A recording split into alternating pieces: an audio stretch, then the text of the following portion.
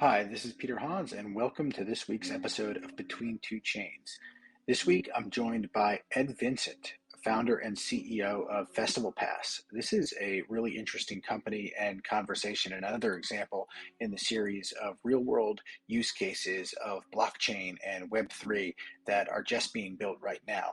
FestivalPass is something that's taking on and applying Web3 to the ticketing process. Obviously, there's been no shortage of different innovative and Web2 companies in the ticketing space for sporting events and concerts. But what Festival Pass does, it brings a unique kind of class pass subscription approach combined with a Web3 NFT option to tackle everything from sports and concerts to hotels. It's a fascinating conversation. Ed is very experienced and comes from a successful history in Web2 innovation as well. And I think you'll all really enjoy the episode. Thank you so much. This commentary is not intended to be investment advice, investment research, or recommendation. Please consult your investment professional for your own circumstances. Hi, everyone. This is Peter Hans, and welcome to this week's episode of Between Two Chains. I'm excited about this one. I'm joined by founder and CEO of Festival Pass, Ed Vincent. Festival Pass is a really interesting company I'm excited to dig into because it's bringing Web3 and also kind of NFT architecture into the real world experiences from concerts to sporting events and the like. And Ed, you have some very pertinent experience in that field. So, welcome to the show. Thanks, Peter. Happy to be here.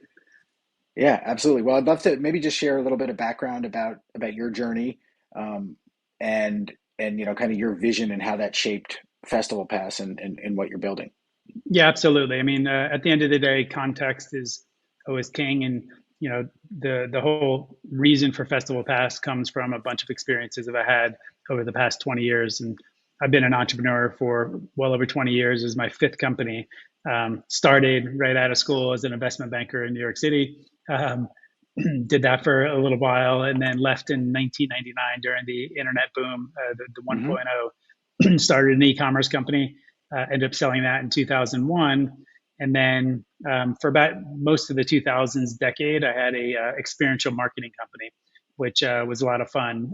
Basically, we would bring big brands into events, activate those events either through programs in and around the event or the event themselves. We actually helped launch the Vail Film Festival. We worked with Sonoma Valley Film Festival. We actually even owned a film festival down in the Dominican Republic for about 4 or 5 years, and did a lot of really interesting brand-related live integrations. So that's when I kind of fell in love with the world of live events, knowing that at any given time, a live event is just a moment. It's a moment where that audience, that performer, that place will never exist again. It's like that old proverb that, a man will never cross the same river twice because it'll never be the same man and it will never be the same river. But anyway, I'll move on from the proverbs.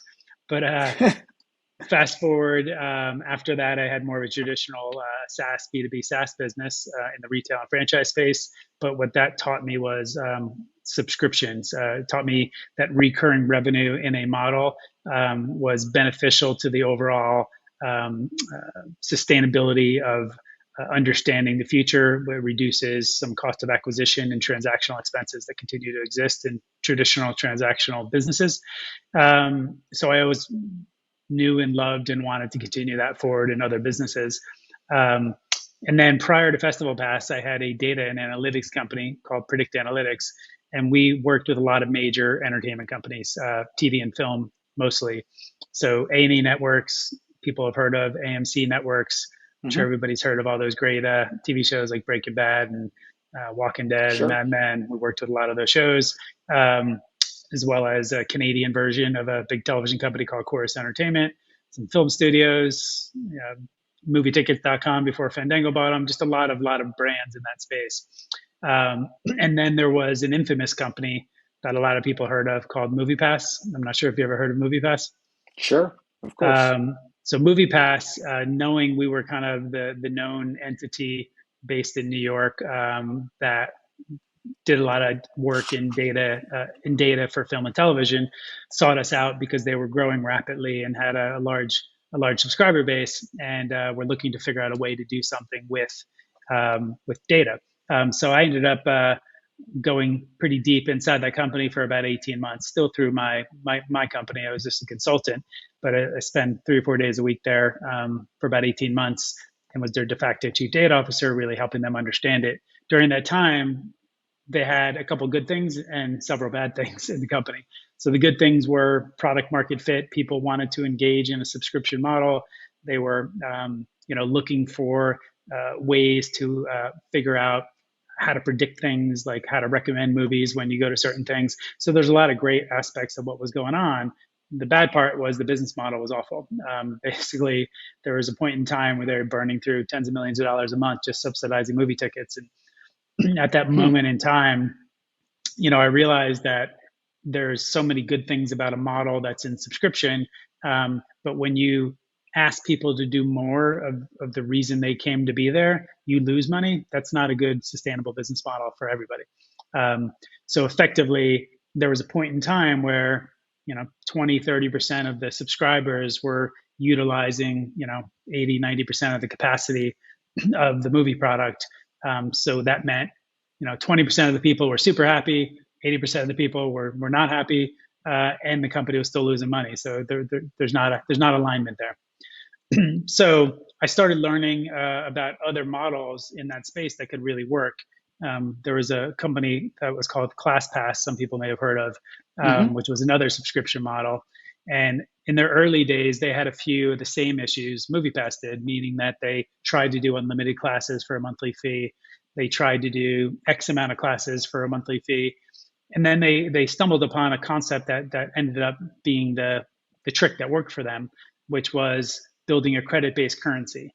So whenever you have a model where the inventory has different prices, and you're able to create a dynamic price infrastructure with credits, you're able to ensure that you always have, you can always charge the same monthly fee or annual fee, provide credits, and ensure that every time somebody redeems those credits, you still have a gross margin positive metric. So like meaning that I could have 100 credits, and one day I want to go to a yoga class at 8 a.m. with the best teacher in Houston, and that's going to be 30 credits.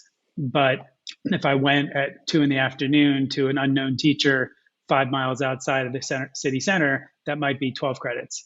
So therefore, I can choose how I spend my credits. So anyway, ClassPass did that. It started working. They eventually sold for $1.5 billion to Mindbody.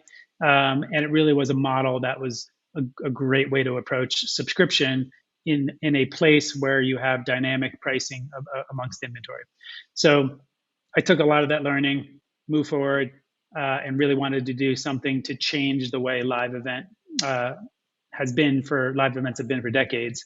It's very transactional. Nobody likes where they get their tickets from. They hate the lack of transparency and all the fees that get charged once you check out. So it's just been a process that the consumers just haven't enjoyed. So I thought there was really a great way to build a community driven around passion-connected individuals and passion-connected experiences, whether you like music or you love sports or you like comedy or you like Broadway theater, to actually have a community-driven approach to accessing and engaging with other like-minded people, while at the same time being able to get tickets to those live events and find value in being part of a membership. Interesting. So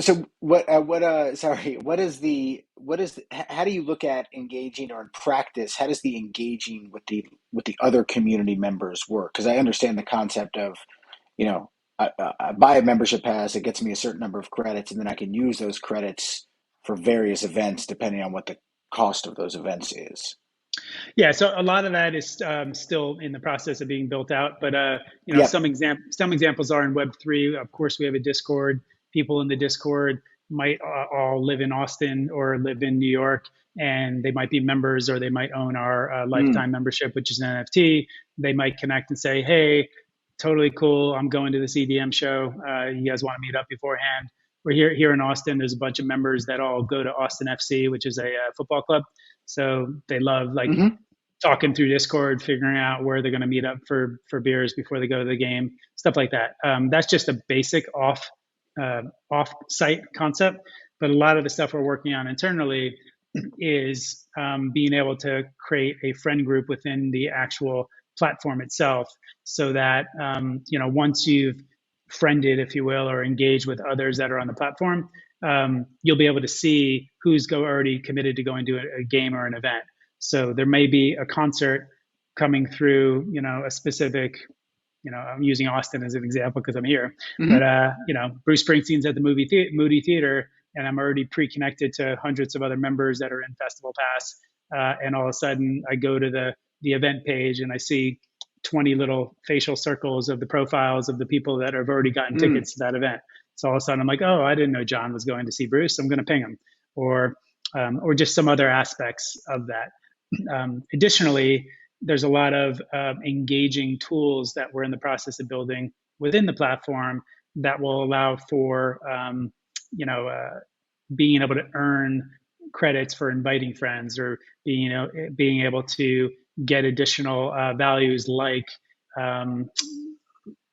proof of attendance NFTs dropped into your custodial wallet, or being able to just communicate with others that have that like-minded passion that also might have that same POAP NFT because you all went to Bruce Springsteen at the movie theater. So there's just a lot more to go there. Absolutely. No, the concept of understanding kind of who's going to something is really cool, because I've definitely would find myself asking around, and there's obviously more clean ways to do that, and building a community around it, especially when you can do it both at scale, domestically or even globally, or kind of in a hyper local environment makes a lot of sense. So one of the things we spend a lot of time on the show is exploring what those concepts of Web3 mean in practice for different business models. And from a simplistic standpoint, I think of it almost as if you are, eliminating pain points in some sort of business model, and in doing so, better aligning incentives across all the various players or participants. So, as I think about events, right, and Ticketmaster or even secondary sites, and they all have their convenience fees and various fees, and then one of the things on your website a lot it talks about is kind of removal of those fees, or why pay those fees. So I guess how does the Web3 process, just practically speaking, work as an example? Because where does the inventory come from? How are the fees actually avoided? Just how does an example of a transaction work? Yeah, so I'll start with saying what our Web3 current product is. So we have a lifetime membership. So on our site, there's the classic Web2 stuff is you can sign up for a monthly membership, or you can sign up for a annual membership, and you pay via credit card. It's a subscription. It's kind of a normal Web2 environment. And we have thousands of members doing all that. We also have a product which is called the lifetime membership, which is effectively an NFT. And if anybody mints that NFT, we're selling them in groups of 1,000. So the first 1,000 we're selling is 0.95 Ethereum, which is about $1,800 today. And it comes with one specific type of art, which is it's a rocker. People think he looks like Lenny Kravitz, but it's just a rocker. And once you own that NFT and connect it to FestivalPass, you immediately get $1,200 worth of credits to spend on the platform. And then every year on the anniversary date of the mint, in perpetuity, you get another $1,200, and then the next year another $1,200. So forever, you're getting refreshed to $1,200 every single year going forward. Also, we create these quarterly events that only our NFT holders or lifetime members can actually go to. So like during South by Southwest, we had a partnership with Spin Magazine, which is a well-known music magazine. And there was a music showcase, which was, a VIP experience. And there had about 10 bands play. And, I don't know if the rapper Killer Mike came in and did a pretty intimate show. But things that only our lifetime members can gain access to. And then every quarter we'll do something like that. And lifetime membership events are, I guess it's just the credits, so you can use it for anything you have credits for. Okay. Yeah. So we typically have about 80,000 events throughout the year. and Okay. I'll explain how we get them. You're asking where the inventory comes from. Yeah. So at any given time, there's 40 to 50,000 events on the platform, but throughout the Wow. year, there's over 80,000. And then we also have hotels. So people have credits they can spend to get room nights at hotels. So we have about 600,000 hotels that are always on the platform across the world. So events are national, hotels are global. Um, so in terms of the ticketing process and how we get the tickets is we have a multi-pronged approach. So we have both secondary and primary inventory. So I know Okay. you referenced the secondary sites, which most people know, the StubHub, SeatGeeks of the world. Hmm. Um, and we get a lot of the same inventory they get. Most people don't know how the secondary market works, right? So there's a whole kind of infrastructure of about 15 different aggregators that power the back end of the secondary market, right? So we're getting this pretty much 80% of the same tickets you're going to find on any of the secondary sites, but we're paying the same wholesale price that they would be paying. So if you're going to one of those other sites and you think you're paying $100 for a ticket, by the time you check out, they're adding another 40 to 60% in fees on top of it by the time you check out. But they're still only paying that same wholesale price that we would pay. So what we do is we get the ticket at that same wholesale price, and we don't add those 40 to 60% fees on at the end. We usually embed a small margin to make sure we're not losing money, and then we pass most of those savings on to our members because they've committed to being engaged and being a member on the platform by either being a monthly member or an annual member or a lifetime member. Got it. Got it. And then the credit is just kind of some sort of calculation on your back end, how a credit equates to a USD equivalent or something. Yeah, so the more somebody engages with the platform, the higher tier they commit to, the cheaper the credits are.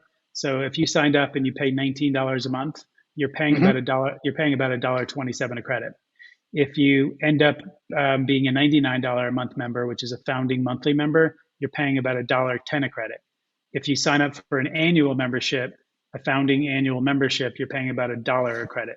So effectively, the more you commit to and you have these credits to use, the cheaper you're going to eventually get the ticket for. So if you're a founding annual member, you're likely to save 20 to 30% every time you get a ticket as opposed to one of the other sites. Interesting. And then on the lifetime membership, I guess it just continuously goes down because you're just paying once. Yeah, that's just an incredible deal that we're only going to have for 10,000 people, and then Okay. after, Okay. I was going to yeah, ask what the mint is. Okay. So it's 10,000, but not annually. You're just going to kind of sell them until they sell out, and then that's it. yeah. So for especially at least I'd say at least for the founder membership, which is the highest like most engaged one, is we're going to sell 10,000 total, and then that's it. We're not going to sell any more of the founding membership. There may be something in the future. Maybe we'll sell a lower tier one that gives less credits per year. But Sure. we'll see. We'll cross that bridge when we get there. But part of it is the concept is sell these 10,000. Anybody that right now it's the best possible deal you can imagine because you're paying $1,800, you're getting $1,200 back immediately. So by the time you're 1.5 years in, you're fully paid back on your investment, and you can then resell it. Right, exactly. Hence the kind of Web3 portion of it is these become um, transferable, Assets. sellable. Yeah, exactly. And then is there a way to transfer the tickets like you can traditionally once you acquire them, I guess for credits? Yeah. So at the end of the day, once the ticket's yours, it's yours, right? So the majority of tickets are ticketed by some of the big primary companies, whether it's Ticketmaster or AXS Got or it. others. So as long as they have a digital transfer, once it's in your account, you can transfer it to whoever you want. Interesting. And then how do you decide when you talk about kind of the inventory and 80,000 events on the platform? Because okay, so for example, I'm in Houston. I looked at my son's a Cubs fan. I looked at Astros games, and there was a Cubs. When the Cubs come to town, they're there. But it wasn't like the whole season. It was select games, and maybe that was just the way I was searching it. But how is it determined kind of what is displayed on the platform and what isn't? Yeah, it's really just what is being presented what you probably saw with secondary market tickets. So as soon as something enters into the secondary market, wherever it enters, it will in real time show up on our site. So what you were probably seeing is a collection of tickets that were available for a specific game for the secondary market. And most of the time, you're going to get tickets to pretty much every game that will be there. It just Got it. the timing of when it hits that market.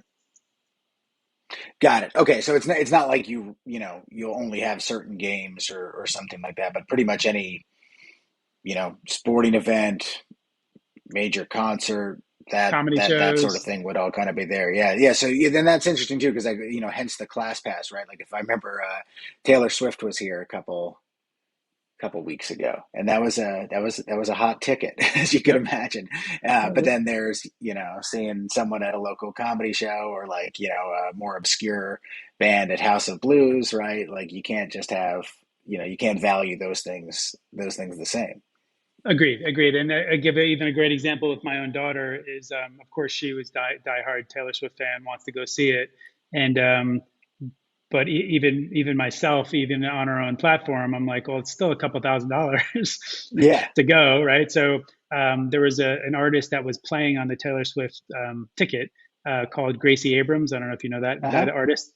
Um, but right before she joined Taylor Swift in Dallas to join her show, she was in Austin and she was playing at Emo's, which is a nice small venue here in Austin, and it was just her. And you can get a ticket to Gracie Abrams for 50 credits. so Yeah. so of course I used my account and got myself and my two daughters and my girlfriend tickets, and we all went to see Gracie Abrams. But you could see one Taylor Swift or 40 Gracie Abrams for the same amount of credits. Right. Yeah, and the interesting thing, I mean, you don't have to. Well, I guess let me back up for a second. How is it? So I understand the significant benefit for um, the consumer, right? Even if you're a ticket holder, I mean, who's looking to sell, it's great because it's another means of transacting, and the entry price, because you're already converted to the credits, like you have to use them, makes it Yeah. easier to do sales. That's a benefit. If you are the issuer of the ticket, all right. So say you are the musician or the venue or the sports team. How do you foresee that relationship evolving over time? Yeah, it really just comes down to scale. Like as we scale our platform, the more and more members we have, the ability for us to take inventory risk will grow. So, Right. for example, you know of all the well-known Coachella or ACL, they sell out almost every year, and we'll, Yep. we'll always have those on the secondary market as well as other stuff. But there's a lot of events, festivals, venues that they might go 20% of the tickets go unsold by the towards the end. So as we have more data on our platform and as we grow to millions of members, it's a lot easier for us to go in ahead of time, 6 months early, and say, you know what, ACL Live, you have, I'm thinking of a name, like somebody that comes through. You have Johnny Crockett, or whoever Hmm. his name is, coming through. And, I know my members love it because all the data I have, I'm pretty sure I can sell through at least 100 tickets to Johnny Crockett when it comes through. So I'm going to buy 100 ahead of time at 40% off, which reduces the venue's risk, reduces the artist's risk, the producer's risk. And now I already have the data because I know what's going to happen on our platform. So we'll do more and more of that as we go forth.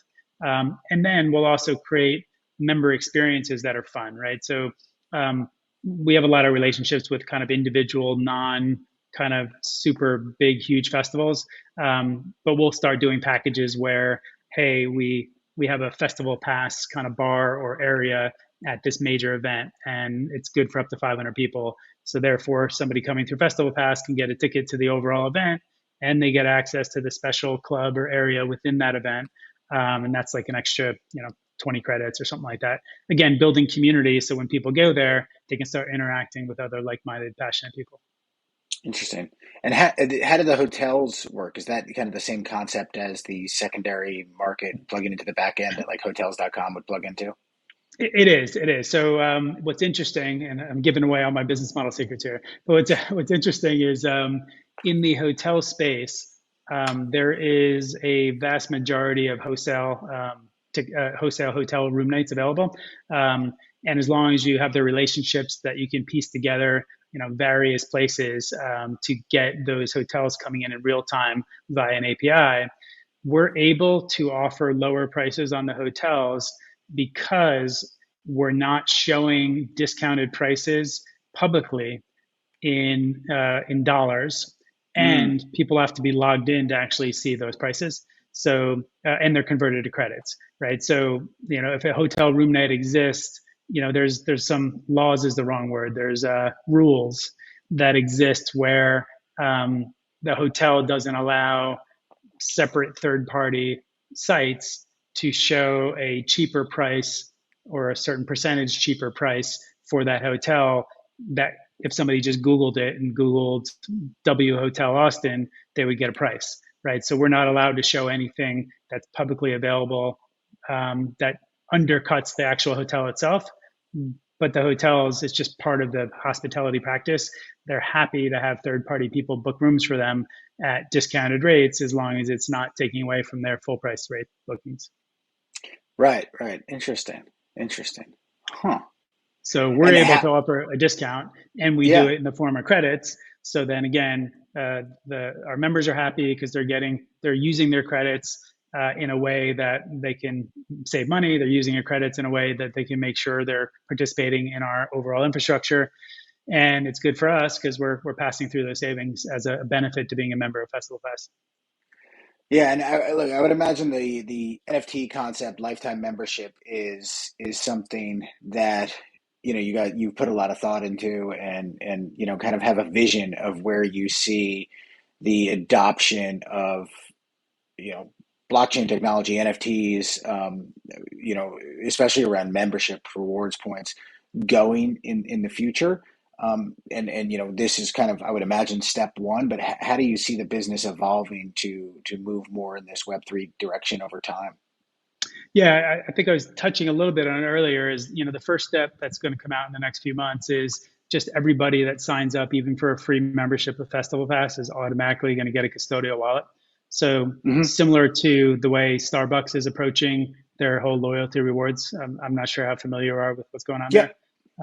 So effectively, it's giving somebody a crypto wallet even without them realizing they have one, so that they can participate in some of the Web3 available things, and then over time realize that there's value to those assets, and then they can always transfer them out of our custodial wallet to their MetaMask or anything else they choose. But some of the initial things are, proof of attendance NFTs or other series-based NFTs that, hey, if you've gone to 20 events within 2023 and you can show me all the POAPs, then you could then get some other value that comes out of the participation of going to 20 events, or some other concepts where we're able to allow partners, whether they're venues or artists themselves, issue a collection of NFTs related to our audience, right? So as our audience grows, we'll know exactly who likes to go to rock and roll concerts or country festivals or whatever it is, and we're able to then provide an opportunity for, whether it's a venue, a festival, an artist, to come up with some type of NFT that they want to provide to our audience that then engages them directly into that. So let's say, for example, call it Venue X. Venue X wants to engage and on our platform, and they say, "Hey, FestivalPass, why don't you help us issue 1,000 NFTs for, I don't know, the equivalent of $100 in ETH or whatever it is, and we'll sell them because we know you have all these local people in our city that like to go to live events, and now anybody that owns that Venue X NFT that we've distributed, they get a badge within FestivalPass, and the little badge says, not only am I a FestivalPass member, but I have a little badge that say I love Venue X. And every time they purchase a ticket to go to Venue X, maybe we have a 10% discount of credits, that many less credits to get a Venue X ticket. Or maybe, if they show their Venue X NFT in their FestivalPass app at the venue, maybe they get 10% off their beer or their food or something like that. we have to come up with what the benefits are, but the underlying infrastructure and technology is what we're building, so that we'll let the creative juices flow and say, okay, this is great. We have an engaged user that likes to go to your venue. Tell us what kind of things you can offer them to make them feel special. Yeah, absolutely. And then one of the guest that I had on earlier. I think it was earlier this year. It might have been last year. But it's a Web3 concept in fan engagement called the Socios is the company, and the token is Chili CHC. I'm not sure if you're familiar, but it's issued by a lot of the European football clubs. They have it in UFC, cricket. They're starting to do more in the US, but there's obviously a number of factors that come into that, but it's partially a data play, and partially kind of a way of engaging their fan base over time through things like votes, like, okay, it's FC Barcelona, but music should we play at the stadium, what color jersey should we wear, and they have these kind of fan votes, and they'll do these token offerings, and I would imagine there's a lot of that applicability to your market too, especially when it comes to musicians and artists, to the extent that they're issuing fan engagement, tokens, or, I know there's been some where, it's access to this album, I think, who was it? He did, front row seats to kind of, different concerts. But I would, there's also the concept of kind of like, if you're talking about collecting, stacking different types of assets, right? So if you have the Festival Pass NFT lifetime membership, and you're going to see,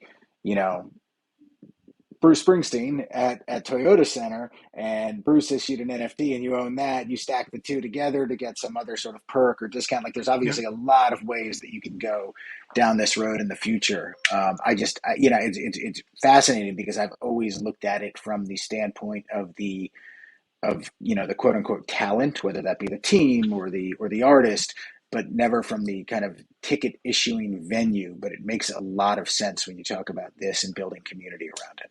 We also, what's kind of fun that we're already doing is we're providing utility to other communities. Because we inherently are a utility play, we inherently have these credits that are with value. You probably heard of the water called Liquid Death. Familiar with that brand? So we have a partnership with Liquid Death where they have their own NFT community called the Murderhead Death Club. The one thing they do really well is that they're on brand. Everything they do is on brand. So they have the Murderhead Death Club, and of course, on brand, they've sold 6,666 of them.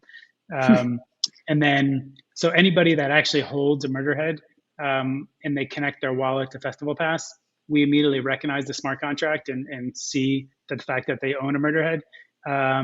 And basically, what it does is once we recognize they have one, it kicks off a micro subscription on our site, and basically rewards them 3 free credits every month just for holding the Murderhead. So for us, it's a great way to bring in other like-minded communities that are around the world of real life entertainment. So we plan to offer that kind of feature. We have a few others that we do the same thing for, but we plan to do it for hundreds, if not thousands, of communities where it's like-minded communities that are getting value for holding a digital asset. And for us, it's introducing them to our platform, and hopefully, once they burn 20, 30, 40 credits, hopefully they'll be like, oh, great, I like this platform. I already have something in the bank. I might as well sign up and get the lifetime membership or monthly membership here as well, so I could have more credits to then go use them. Yeah, absolutely. And I would imagine, that kind of microcredit aspect of it, where, now it's essentially a discount, right? So if there's an event you're going to go to anyway, and you have, 8 credits and a ticket's 20, Yep. And you mentioned kind of ticket bundles and stuff like that. It's a really great way of introducing, and there are some very, intense communities around Web3 where, obviously they're highly engaged. So that makes all the sense in the world. That makes all the sense in the world. And there's another great example is we have a whole program internally on our side where we reward members and influencers for inviting their friends. So effectively, if you're a member and you use your code and invite your friend, they get 3 free credits, you get 3 free credits. And then the more higher tier you are, the higher you engage. So if you're a founding member and you invite a friend, you actually get 6 credits. So one of the things that we're exploring, and we'll probably do as soon as we get our custodial wallet set up, is, once somebody invites, let's say 100 friends, that shows that they're actually truly helping our ecosystem, then we'll issue an NFT calling them like a micro influencer or something like that. So there'll be like an official micro influencer or festival pass because they've already invited 100 other people to join our platform. And then that digital asset will unlock some kind of reward. So basically, they've gone through the process of earning it. And as we know, digital assets can be sold anywhere. Somebody might be willing to pay X amount of dollars on OpenSea because it unlocks, I don't know, something, unlocks 100 credits on our platform and unlocks a meet and greet with Bruce Springsteen, or unlocks something. Yeah. And so obviously, you're not minted out yet of the which I don't think is by design, right? It's not kind of one of those like mint out and then pump it up on OpenSea. But have there been secondary transactions on it, or are these, I would imagine the people who are buying it plan to use it and hold it. Yeah, there's been a few, but not a ton. So we're really just in our first phase. So the first 1,000 are selling for 0.95 Ethereum. The second 1,000 will sell for more than that. The third 1,000 will sell for more than that.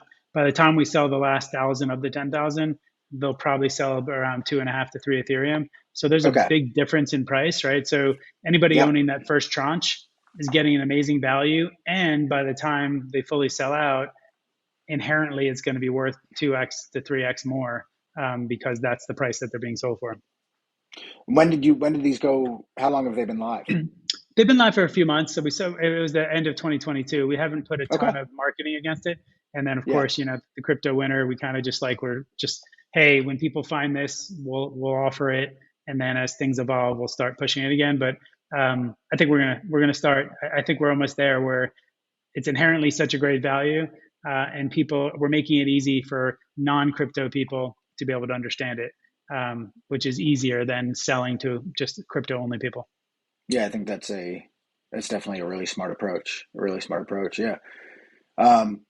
Yeah, I mean, if you're gonna go to anything, sporting events, concerts, it kind of makes sense to, it's kind of a no-brainer. We had an influencer talking about it, and it just made total sense. She's like, so let me get this straight. I can buy the NFT, I can use it to go to Coachella this year, and then pretty much every year I want to go to Coachella, it's free. And I'm like, yeah, effectively it's true. Right? You can, every single year you're going to get a new refresh of credits, and you can use those credits to get your next year of Coachella. So buy once and go to Coachella for the rest of your life for free. Yeah, it's a bet on you guys, right? Because I mean, the downside would be you no longer exist, and then the NFT obviously loses its value, or someone acquires you and doesn't honor the NFT or something like that. True. That would be the downside. Otherwise, that's the ultimate risk. Yeah. Yeah, exactly. Which, I mean, look, you know what you're doing and you know what you're getting into, right? But the payback period is a year and a half. So, but that's currently it is. Yeah. And we're a little different because we're a credible organization that has a Web2 business that then launched the project. So it's a little different than just launching a project and hoping for the best. 100%. And look, when I mean, I've been around. Sounds like we're about the same age, and you bet on people ultimately, and people have done it before and have experience, and build things the right way, and that out for kind of a quick flip. So I think that makes a ton of sense. Well, yeah, look, I'm fascinated by this whole thing.